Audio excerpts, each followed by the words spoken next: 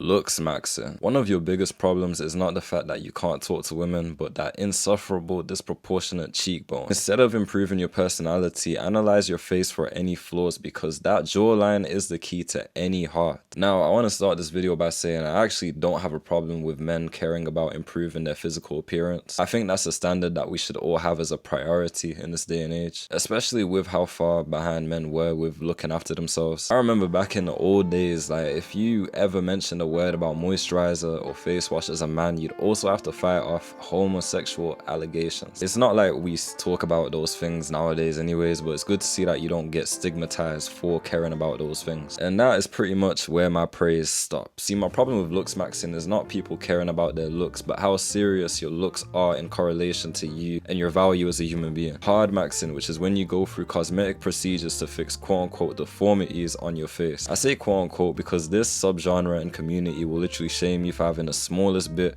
of asymmetry on your face. Good eyebrows, to be fair, I guess. Yeah. Like partly. That is pretty good. Oh, he has like short face syndrome there. Oh, he needs a rhino. He needs a, yeah. And other genres like soft maxing, which is the face washing and them things there. Also height maxing, goon maxing, and aura maxing, but I'm not going to get into those things in this video. I remember the good old days when we thought personality meant something in society. No?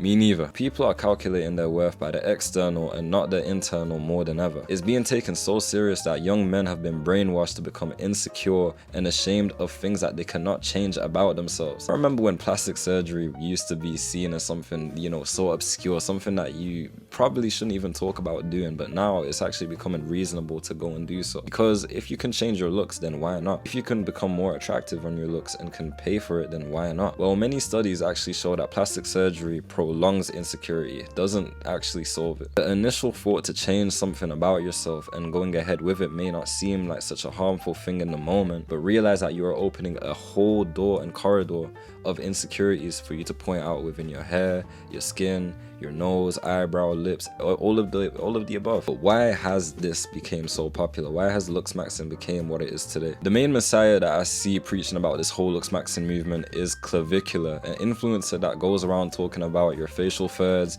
your percentages. I didn't even know there was percentages for your face and shit, bro. Like that's a whole different topic, and that's crazy for me to even think about, but I digress. He has been on this Looksmaxxing journey for quite a while now, starting from the age of 15, going to the gym, taking supplements, doing plastic surgery, and so on and so forth. He heavily believes that as a man, your greatest asset is your looks, and that can get you into the best doors when it comes to dating, career, and just everyday life. Clavicular himself is what most Caucasian men would aspire to look like within the Looksmaxxing community, so it makes sense for them to take his word as gospel and run with it until you see him practically. Fuck on the camera. I literally have never done porn in my life, I swear to God. Okay, first time for everything. No. The way you talk to girls, are you serious? I just like, I'm straight. You want me to lie? You want me to be like, I could have had you in my car. I'm just being a straight up guy because that's what I owe you. I could have been. Why do you even think I would possibly do that? As you can see from this clip, poor Clavicular's looks did not come in clutch this time round. The game that he was hoping that his looks would drop for him did not execute in the way that he thought. Maybe it was just an off day or something. Oh, I have my fun first and then I'll be a gentleman to you. I fear that's not how that works. One thing that I'll give to this guy is that he's not bullshit. He genuinely believes that looks are the most important factor to any human interaction ever. Hence why he has zero charisma when talking to women. The thing is, he's actually not wrong. You know, your looks do play a part in how people treat you and how nice people will be inclined to be to you, you know, just naturally. I think we've all been through that, whether we like to admit it or not. We see an attractive person and just by perception and just first impression, we treat them like they're this pot of gold compared to a person that we might not see as attractive. I'd say at this adult unk stage in life that I am at in the real world, not online, on the media, being attractive and being a jerk actually does not work. You actually have to kind of balance it out. The real attractiveness in any social interaction is how you make the other person feel, specifically women in this scenario. See, you can be the staple pretty boy, but if you have no social skills to back it, you'll probably just be perceived as a creep. At the same time, it can come across as egotistical and arrogant to think that just because you look good, people should treat you good. No, it's more so the people that look good and are humble at the same time that get treated a lot better than the people that aren't humble and look good, you know what I mean? Because we already have that bias that people that look good know that they look good, so they're going to be more bougie and harder to interact with from the get-go. It's more of a surprise and enlightening when you can be attractive and actually put in work in your personality. That's a big shock in this day and age. It's kind of like when guys complain about pretty girls having no personality. That's the best way I can put it. I think that as guys, because you have to work harder to look appealing, you just don't get that naturally. The sense of entitlement that, you know, you're going to get some because of that also comes with it. Like, in theory, basing your worth on external things like your car, your money, your house, and your looks would have worked if we were in the 1900s. The thing is, we live in a society where women can provide all those things for themselves. They don't need a man to do that for them. So you're kind of cooked. Not to mention, you're also competing with a lot of guys that are in this Looksmaxxing community and improving their looks by the second. I think in this day and age, it's the most guys have ever cared about their looks. So you're not really a star in the night sky when you do those things. This is why I preach that you gotta bring some more things to the table and work on the internal rather than the external. Because I pose a question to you: do you want a woman to love you for your looks, which can merely fade off over time, or do you want a woman to fall in love with you and how you make them feel and know that no other man can really provide that to them? Because truly, your sense of persona, your ability to be seductive, your ability to be charismatic is one of one to you and your own personality.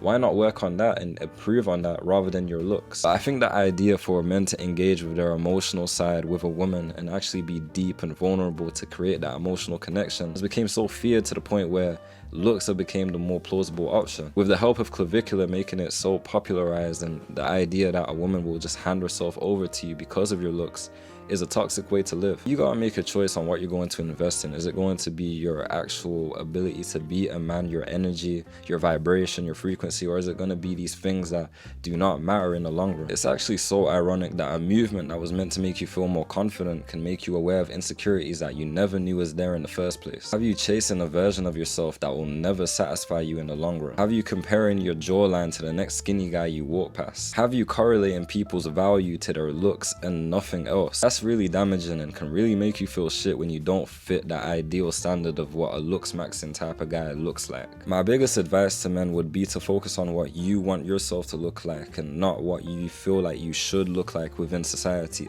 and what you feel like you would be accepted to look like. Because when you work so hard to get to this Looksmaxxing stage and get rejected by women still, that's going to sting. Yes, of course, keep maintaining your looks, but don't keep painting a canvas that was never meant to be perfect. As always, it's Men's TV, bringing you back another banger on the channel. I just wanted to talk about this topic. It's something I've been meaning to get off my chest for a minute now. I just feel like the uprise of Looksmaxxing is ridiculous, and you know, the thought of placing a certain standard of what men should look like and shaming men that don't look like that is ridiculous to me. Putting this illusion that you're going to get treated a certain way if you look this certain way and that be the only value that you have to yourself that matters is ridiculous to me. So I feel like it was worth speaking about. As always, like, comment, subscribe, and peace.